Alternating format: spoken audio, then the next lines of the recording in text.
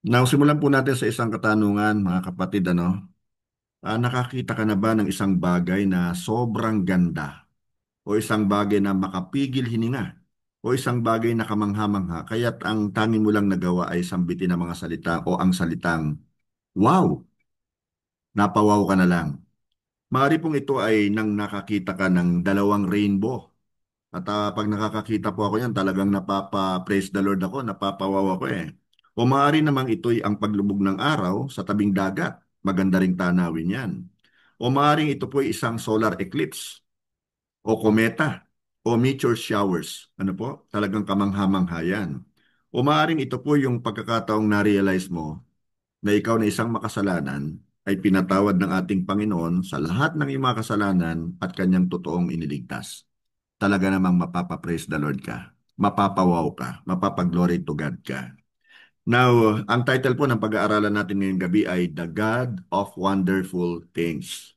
Sa Book of Isaiah chapter 25 verse 1, nakasulat po, O Lord, I will honor and praise your name, for you are my God. You do such wonderful things. You planned them long ago, and now you have accomplished them. Ang verse po na ito ay tungkol po sa declaration ng isang pusong tunay na sumasamba sa Diyos dahil nakita niya ang kadakilaan ng Diyos at hindi niya kayang manatiling manahimik. So ang point number 1 po, honor the God who is worthy of all praise. Balikan po natin yung ating teksto, Isaiah chapter 25 verse 1, yung first part. O Lord, I will honor and praise your name, for you are my God. Ang salita pong honor na ginamit po rito ay galing po sa Hebrew word na ramam, na ang ibig pong sabihin ay to lift high, to exalt, to raise up. Hindi lamang ito isang casual na papuri po ni Isaiah. Actually, itinataas po niya ang Diyos ng higit pa sa kaninuman o ano paman sa kanya pong buhay. Now, yung mga salita naman pong your name ay Shem sa Hebrew na tumutukoy po sa entire character, sa reputation, sa nature and authority of God. Isinulat po ni Isaiah sa panahong itong verse na ginamit po natin, sa panahong pong may kaguluhan sa politics, parang sa Pilipinas, ano ha? Sa panahong pong merong spiritual decay o pagkabulok at sa panahong pong papalapit na ang paghukom. Ganun pa man, nag-worship siya dahil alam niyang walang pangyayari ang makadadaig sa kapangyarihan ng Diyos na buhay. Ang Diyos na pinupuri at sinasamba ni Isaiah ay siya ring Diyos na pinupuri po at sinasamba po natin ngayon. Diyos na hindi nagbabago ang karakter, hindi nagbabago ang kabanalan, at ang Diyos na tapat sa kanyang mga pangako. Doon nga po sa Book of Psalm chapter 145 verse 3, it is written, Great is the Lord. He is most worthy of praise. No one can measure His greatness. Now, ang Hebrew word naman po sa mga salitang most worthy ay nag-i-imply o nagpapahiwatig po ng uniquely deserving at walang iba pang nagko-qualify. Diyos lang po nagko-qualify dyan. Si John Piper po nagsalita ng ganito, God is most glorified in us when we are most satisfied in Him. Kapag binibigyan po natin ng kaluguran ang Diyos, nanggit pa sa kanino man o sino man, ano pa man, naluluwalhati po natin siya ng katulad po ni Isaiah. Ang papuri po natin ay nagiging higit pa sa mga salita. Well, it becomes life. Sa mundo pong puno ng ingay, punong-puno po ng kaguluhan, ng takot at pangamba, ang papuri po ang nagbibigay ng kapayapaan sa isip at kaluluwa. Kapatid, kapag pinuri mo ang Diyos ng totohanan, intentionally, idinideclare mo, ang aking Diyos ay mas malaki sa aking problema. Idinideclare mo, ang aking Diyos ay mas malaki sa anumang kaguluhan sa mundo. Ang aking Diyos ay tapat na higit sa aking pangunawa. Point number 2 po, trust the God who does wonderful things. Sa Isaiah, yung second part po ng ating text, Isaiah 25 verse 1b, you do such wonderful things. At doon po sa Psalm chapter 118 naman, verse 23, nakasulat naman po, this is the Lord's doing, and it is wonderful to see. Ang mga himala po, o sabihin na natin maging mga hiwaga po ng Diyos ay hindi mga alaala lang ng nakaraan.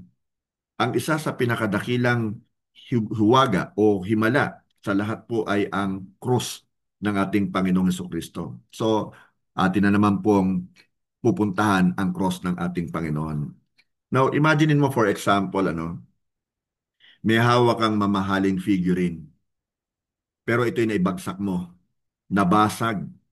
So, pinulot mo yung mga maliliit na piraso at siyempre, dahil ito'y mamahalin, so precious, sinubukan mo itong buuin. Kaya lamang wala ka na talagang magawa eh. Hindi mo kayang buuin. So, naisipan mong dalhin ito sa isang master craftsman. Maingat niya itong binuo at naging mas maganda pa at mas matibay kaysa dati. Kapatid, ganito ang ginagawa ng Diyos sa mga broken people. So kung sa palagay mo ikaw ay sira, ikaw ay wasak dahil ikaw ay marupok. Now, kapatid, ang Diyos ay handang i-restore ka. You see, sin shatters us, but Jesus restores us. At yan po ang kahangahangang gawa ng Diyos. Pagbabagong buhay sa pamamagitan ng biyaya ng Diyos kay Heso Kristo.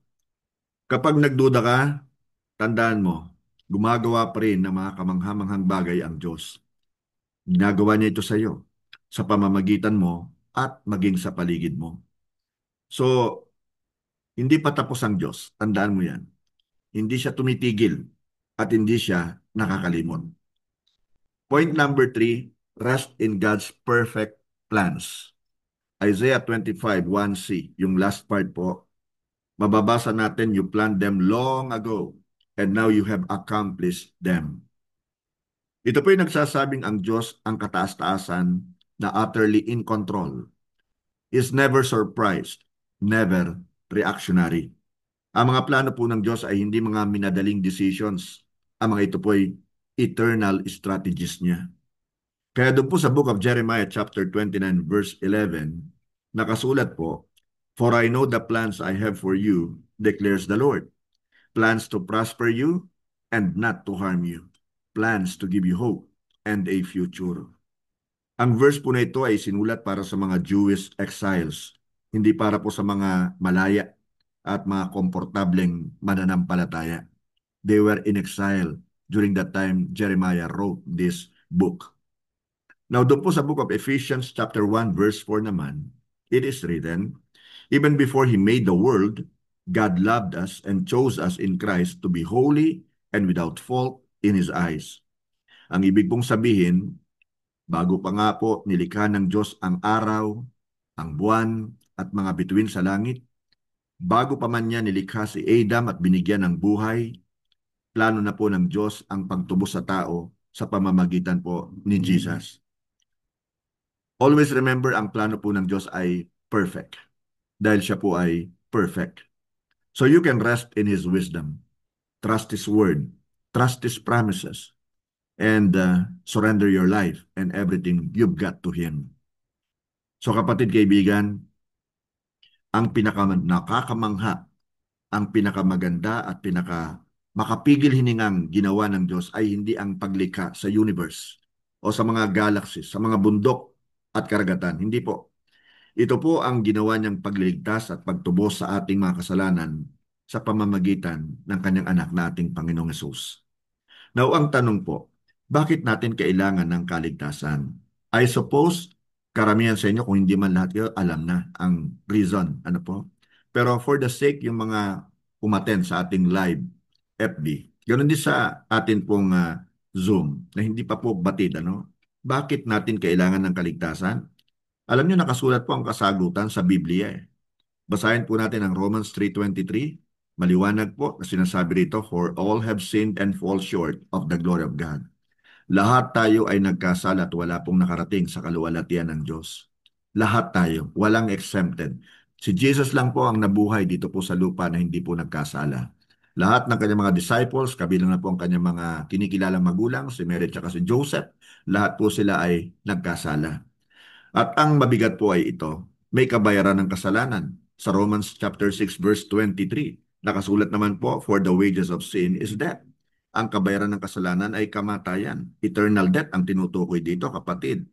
Ibig sabihin, total separation from God for all time and eternity. Mapapawalay ka sa presence ng Lord at ikaw ay dadalin sa impyerno. Now, ang karugtong naman ay napakaganda. But the gift of God is eternal life in Christ Jesus our Lord. So yung eternal life, it is a gift. Ito po ay libre. Hindi natin kailangang i-earn. Hindi natin ito mababayaran. Regalo eh. Tatanggapin na lang natin eh. Okay? Pero ito'y matatanggap lamang natin sa pamamagitan po ni Kristo Jesus lamang na ating Panginoon. Wala na pong ibang pangalan na ibinigay sa atin sa silong ng langit para tayo po'y maligtas. Tangi pong pangalan lamang ni Jesus. Okay? So huwag tayong magpapadaya sa ibang maririnig natin na nagtuturo. Hindi lamang si Jesus. Hindi lamang sa Kanya matatagpuan ng kaligtasan. Kapatid, lihis na lihis yan sa sinasabi ng Bible. Kaya dapat talaga, nagbabasa tayo ng Bible, pinag-aaralan natin to, asking the Holy Spirit to guide us, to lead us, and to help us para hindi po tayo malinlang. Dahil sa panahon natin ngayon, hindi naman po lihim sa inyo, no? Marami po talaga ang nanlilinlang, nagpapapaniwala. Okay? Pero ang paniwalaan natin, ng higit kanino paman, ay ang salita po ng Diyos. Kaya mahalaga pong may Bible tayo. Meron tayong personal na Bible. Ano po? Para na sa ganun, hindi po tayo madaya o malinlang po ng kaaway. So kapatid, sa totoo lamang, kailangan mo ng kaligtasan. Kung paanong kailangan ko ng kaligtasan? Kailangan po nating lahat ng kaligtasan. Dahil nga lahat ay makasalanan eh. Lahat mapapahamak eh. At si Jesus lang po ang makapagliligtas sa atin. Wala na pong iba. Period po yan. Okay? Wala nang iba. Okay. Now, how shall we live? Ito po ang katanungan. Paano tayo ngayon dapat mabuhay? Ang una po, praise God daily. Dapat araw-araw nagpupuri tayo sa Lord. Pinapupurihan natin siya. Niluluwalhati natin ang pangalan niya. Sinasamba natin siya. Hindi lamang po tuwing araw ng Sunday. Dahil kulang na kulang yun eh. Di ba? Parang ang nangyayari nun eh, namimili ka lang ng araw kung kailan mo siya gustong papurihan. Dapat po daily. At dapat nga sa bawat sandali ng ating buhay eh, pinapupurihan po natin siya. Hindi po bilang isang ritual, but as a response to His greatness. Dahil po sa kanyang kadakilaan. And secondly, trust God wholeheartedly. Kailangan nagtitiwala tayo sa kanya ng buong puso, especially when life makes no sense. Para bang ano ba itong buhay kong ito? Ganito na lang ba ako? Hindi, kailangan talaga magtiwala ka sa Kanya. Always remember, He who began a good work in you is faithful to complete it even hanggang sa pagdating po ng ating Panginoong Kristo. Faithful po ang Lord natin, so magtiwala tayo sa Kanya. Nagagawa nga natin magtiwala sa tao na madalas binibigo tayo magtiwala po tayo sa Diyos dahil hindi niya tayo bibiguin. Hindi po siya sinungaling kagaya po ng tao. Now, thirdly, walk faithfully with Jesus in holiness, in humility, and of course, mission. Ang bawat isa sa atin ay may misyon. Siya po ang nagbigay sa atin to. Dapat po ito ay ma-fulfill sa ating lifetime, ang mission na ito. So, we can only accomplish it by walking faithfully with Jesus, with the Holy Spirit. Kailangan po natin siya. Dahil napakarami pong distraction sa mundo natin. Napakaraming temptations. At kung hindi tayo magiging faithful, nakasama ng ating Holy Spirit, malamang sa malamang baka madadaya rin po tayo ng kaaway. Okay? And then lastly, tell others what God has done. Dahil araw-araw naman may ginagawang mabuti ang Lord sa atin di ba? So, proclaim His marvelous works. Ano ba yung magandang ginawa niya sa buhay mo? Yung testimony mo. Pwede mo itong ipahayag sa iba. Yung mga nakakakilala sa iyo, nakakita ng malaking pagbabago mo. Yan ay kabilang sa mga wonderful works ng ating Panginoon. Okay? Ito pala yung last, kapatid, live surrendered. Live a surrendered life. Dapat mag-submit tayo sa Kanya. Because God's plans actually are better than your plans for yourselves. Kagaya nga po ng binasa ko sa inyo kanina sa Jeremiah chapter 29 verse 11. So, yun lang po ang atin pong pag-aaralan sa gabi pong ito. I hope po meron po kayong natutunan. Ano po? So,